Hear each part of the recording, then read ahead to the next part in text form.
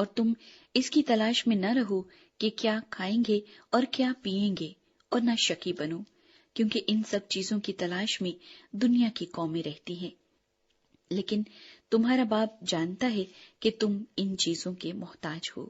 ہاں، اس کی بادشاہی کی تلاش میں رہو تو یہ چیزیں بھی تمہیں مل جائیں گی۔ آسمان میں خزانہ۔ اے چھوٹے گلے، نہ ڈر، کیونکہ تمہارے باپ کو پسند آیا کہ تمہیں بادشاہی دے۔ اپنا مال اسباب بیچ کر خیرات کر دو، اور اپنے لیے ایسے بٹوے بناؤ جو پرانے نہیں ہوتے، یعنی آسمان پر ایسا خزانہ جو خالی نہیں ہوتا، جہاں چور نزدیک نہیں جاتا اور کیڑا خراب نہیں کرتا، کیونکہ جہاں تمہارا خزانہ ہے وہیں تمہارا دل بھی لگا رہے گا۔ بیدار نوکر۔ تمہاری کمریں بندی رہیں اور تمہارے چراغ جلتے رہیں، اور تم ان آدمیوں کی مانند بنو جو اپنے مالک کی راہ دیکھتے ہوں کہ وہ شادی میں سے کب لوٹے گا، تاکہ جب وہ آ کر دروازہ کھٹکھٹائے تو فوراً اس کے واسطے کھول دیں۔ مبارک ہیں وہ نوکر جن کا مالک آ کر انہیں جاگتا پائے۔ میں تم سے سچ کہتا ہوں کہ وہ کمر باندھ کر انہیں کھانا کھانے کو بٹھائے گا اور پاس آ کر ان کی خدمت کرے گا، اور اگر وہ رات کے دوسرے پہر میں یا تیسرے پہر میں آ کر ان کو ایسے حال میں پائے تو وہ نوکر مبارک ہیں۔ لیکن یہ جان رکھو کہ اگر گھر کے مالک کو معلوم ہوتا کہ چور کس گھڑی آئے گا تو جاگتا رہتا اور اپنے گھر میں نقب لگنے نہ دیتا۔ تم بھی تیار رہو، کیونکہ جس گھڑی تمہیں گمان بھی نہ ہوگا ابن آدم آ جائے گا۔ وفادار یا نمک حرام نوکر۔ پطرس نے کہا کہ اے خداوند، تو یہ تمثیل ہم ہی سے کہتا ہے یا سب سے؟ خداوند نے کہا، کون ہے وہ دیانتدار اور عقل مند دروغا جس کا مالک اسے اپنے نوکر چاکروں پر مقرر کرے کہ ہر ایک کی خوراک وقت پر بانٹ دیا کرے؟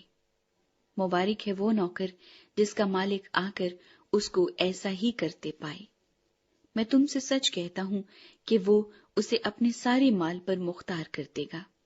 لیکن اگر وہ نوکر اپنے دل میں یہ کہہ کر کہ میرے مالک کے آنے میں دیر ہے، غلاموں اور لونڈیوں کو مارنا اور کھا پی کر متوالا ہونا شروع کرے، تو اس نوکر کا مالک ایسے دن کہ وہ اس کی راہ نہ دیکھتا ہو اور ایسی گھڑی کہ وہ نہ جانتا ہو آ موجود ہوگا، اور خوب کوڑے لگا کر اسے بے ایمانوں میں شامل کرے گا۔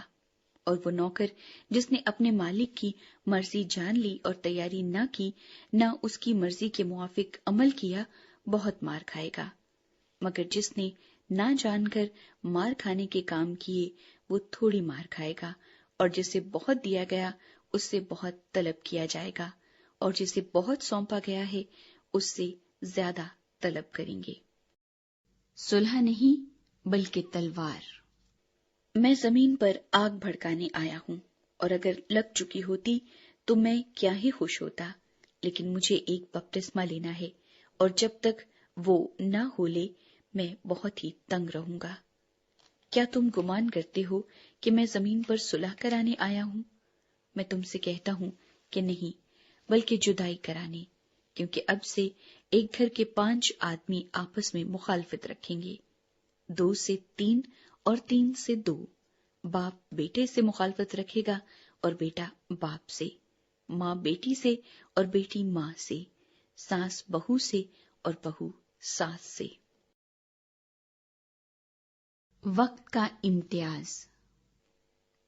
پھر اس نے لوگوں سے بھی کہا کہ جب بادل کو پچھم سے اٹھتے دیکھتے ہو تو فوراً کہتے ہو کہ می برسے گا، اور ایسا ہی ہوتا ہے، اور جب تم معلوم کرتے ہو کہ دکنا چل رہی ہے تو کہتے ہو کہ لو چلے گی، اور ایسا ہی ہوتا ہے۔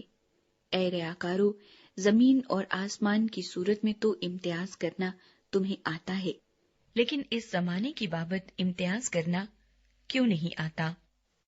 مخالف سے صلح۔ اور تم اپنے آپ ہی کیوں فیصلہ نہیں کر لیتے کہ واجب کیا ہے؟ جب تو اپنے مدعی کے ساتھ حاکم کے پاس جا رہا ہے تو راہ میں کوشش کر کہ اس سے چھوٹ جائے، ایسا نہ ہو کہ وہ تجھ کو منصف کے پاس کھینچ لے جائے، اور منصف تجھ کو سپاہی کے حوالے کرے اور سپاہی تجھے قید میں ڈالے، میں تجھ سے کہتا ہوں کہ جب تک تو دمڑی دمڑی ادا نہ کر دے گا وہاں سے ہرگز نہ چھوٹے گا۔